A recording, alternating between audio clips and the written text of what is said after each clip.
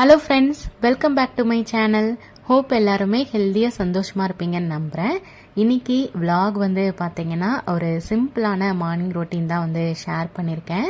காலையில் ஒரு 5:45 போல் பாப்பாவுக்கு ஸ்கூல் லஞ்ச் பாக்ஸ்க்கான வேலைகள் தான் செய்யணும். எப்போவுமே மோஸ்ட்லி பாப்பா லஞ்ச் பாக்ஸுக்கு நான் ரைஸ் தான் கொடுத்து விடுவேன். அவளும் அதை தான் விரும்பி சாப்பிடுவா. ஆனால் அன்னைக்கு என்னமோ தெரியல, அவளே என்கிட்ட கேட்டா சப்பாத்தியில் உருளைக்கிழங்கு வச்சு கொடுங்க அப்படின்னு சொல்லி கேட்டிருந்தா. எனக்கே ஷாக் ஆயிடுச்சு. என்னடா இவ எப்போவுமே ரைஸ் தானே கேட்பா, இது கேட்குறாளேன்னு. சரி, அதுவே செஞ்சு கொடுத்துடலான்னு தான் முதல்ல சப்பாத்திக்கு மாவு பிசைஞ்சு எடுத்து வச்சிடலான்னு செஞ்சிட்ருக்கேன். இது நான் ஆலு பராத்தா மாதிரி செய்யலை. ஏன்னா ஆலு பராத்தா மாதிரி செஞ்சோம் அப்படின்னா மதியத்துக்கு கொடுத்துடும் போது எப்படி இருக்கும்னு தெரியல. அதனால எப்பவும் போல உருளைக்கிழங்கு மசால் செஞ்சு அதை சப்பாத்திக்குள்ளே ஸ்டஃப் பண்ணி கொடுத்துடலான்னு தான் யோசிச்சுட்டு சப்பாத்தி மாவு இப்போ பிசைஞ்சிட்டேன். இது ஒரு 1/2 hour to 1 hour நல்லா ஊறட்டும். இந்த கேப்பில் உருளைக்கிழங்கு மசால் ரெடி பண்ணிடலான்னு முதல்ல உருளைக்கிழங்கு நல்லா வாஷ் பண்ணிவிட்டு கட் பண்ணி தேவையான அளவு தண்ணி ஊற்றி அதை வேக வைக்கிறதுக்காக குக்கரில் வச்சுட்டேன்.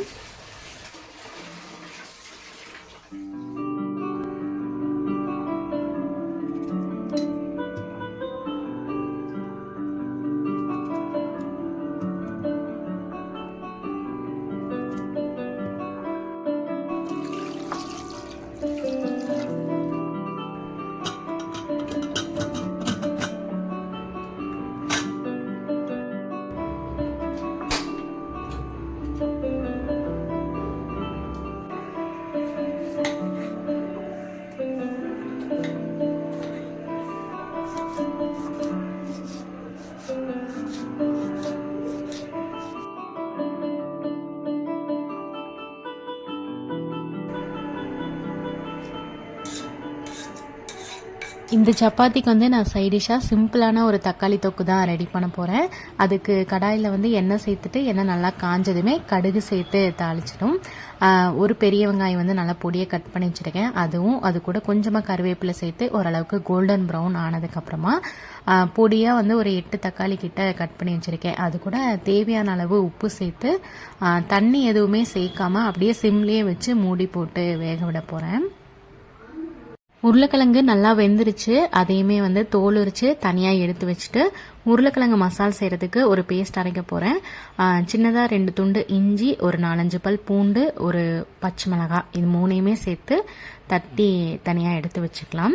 இப்போ ஒரு பேனில் எண்ணெய் சேர்த்துட்டு எண்ணெய் நல்லா காஞ்சதுமே கடுகு நல்லா பொரிஞ்சதுக்கப்புறம் உளுந்தம்பருப்பும் சேர்த்து நல்லா வதக்கிட்டு அது கூட தட்டி வச்சுருந்த இஞ்சி பூண்டு பச்சை மிளகாய் பேஸ்ட்டையுமே சேர்த்து ஒரு நிமிஷம் வதக்கிட்டு அது கூட மஞ்சள் தூள் கொஞ்சமாக நான் சேர்த்துருக்கேன். அதுக்கப்புறமா வெங்காயம், கருவேப்பிலை எல்லாமே சேர்த்து நல்லா வதக்கிக்கலாம். வெங்காயம் சேர்த்து ஓரளவுக்கு வதங்கினதுமே அது கூட பார்த்தீங்கன்னா வேக வச்சிருந்த உருளைக்கிழங்கு நல்லா மசிச்சுட்டு உள்ளே சேர்த்துக்கலாம். தேவையான அளவு உப்பு சேர்த்து இது எல்லாத்தையுமே நல்லா மிக்ஸ் பண்ணி விட்டுடலாம். நான் காரத்துக்கு எதுவுமே சேர்க்கல பாப்பாக்கு அப்படின்றதுனால நீங்கள் காரம் வேணும்னா பச்சை மிளகாய் சேர்த்துக்கலாம். தக்காளி தொக்கும் இங்கே சூப்பராக நல்லா வெந்து ரெடி ஆயிடுச்சு. நல்லா எண்ணெய் பிரிஞ்சு வந்ததுமே பார்த்தீங்கன்னா ஃபைனலாக கொஞ்சமாக சுகர் சேர்த்துக்கலாம். இது ஆப்ஷனல் தான், சேர்த்தா நல்லாயிருக்கும். மாவு நல்லா ஊறிடுச்சு, ஸ்டஃபிங்குமே ரெடி ஆயிடுச்சு. இப்போ எப்பவும் போல் சப்பாத்தி தேய்க்கிற மாதிரி தேய்ச்சி சின்ன ரவுண்டாக தேய்ச்சிட்டு அதுக்குள்ளே நம்ம ரெடி பண்ணி வச்சுருந்த உருளைக்கிழங்கு ஸ்டஃப் பண்ணி அதையுமே தேய்ச்சி எடுத்துக்கலாம். அதுக்கப்புறம் நான் நெய் போட்டு தான் இதை நான் சுட போகிறேன். டேஸ்ட் நல்லாயிருக்கும். நெய் போட்டு செஞ்சோம் அப்படின்னா மதியம் சாப்பிட்றதுக்கு நல்லா சாஃப்டாக இருக்கும்.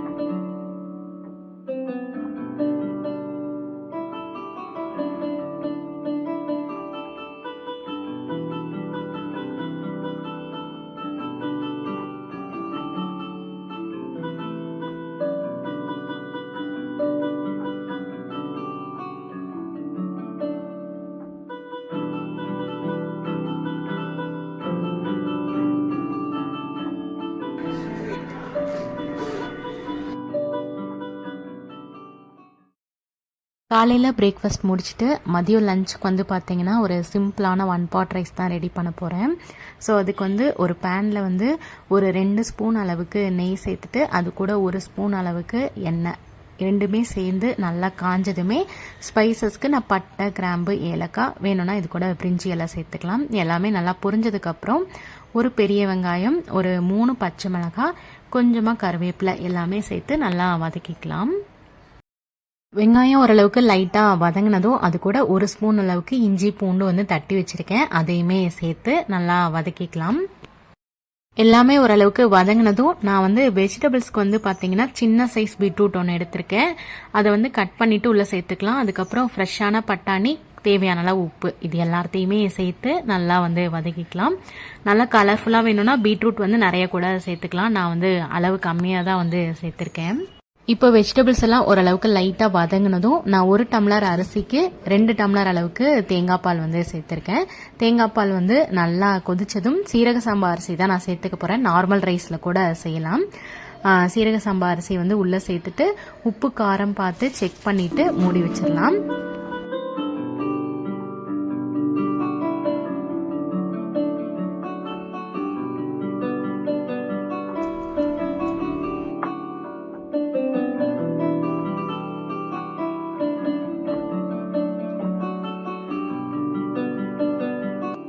சாதம் வந்து சூப்பராக ரெடி ஆயிடுச்சு. நான் இதுக்கு வந்து சைட் டிஷ் எதுவுமே செய்யல, தயிர் பச்சடி மட்டும்தான் வச்சு சாப்பிட்டோம். ஸோ இதுதான் வந்து அன்னைக்கு எங்களோட லஞ்ச். நான் இதோட இந்த vlog வந்து நான் முடிச்சுக்கிறேன். கண்டிப்பாக இந்த வீடியோ உங்களுக்கு பிடிச்சிருக்கும்னு நம்புகிறேன். இந்த வீடியோ உங்களுக்கு பிடிச்சிருந்தா என்னோட சேனலை வந்து சப்ஸ்கிரைப் பண்ணி சப்போர்ட் பண்ணுங்கள். இன்னொரு இன்ட்ரெஸ்டிங்கான vlogல பார்க்கலாம். Bye friends.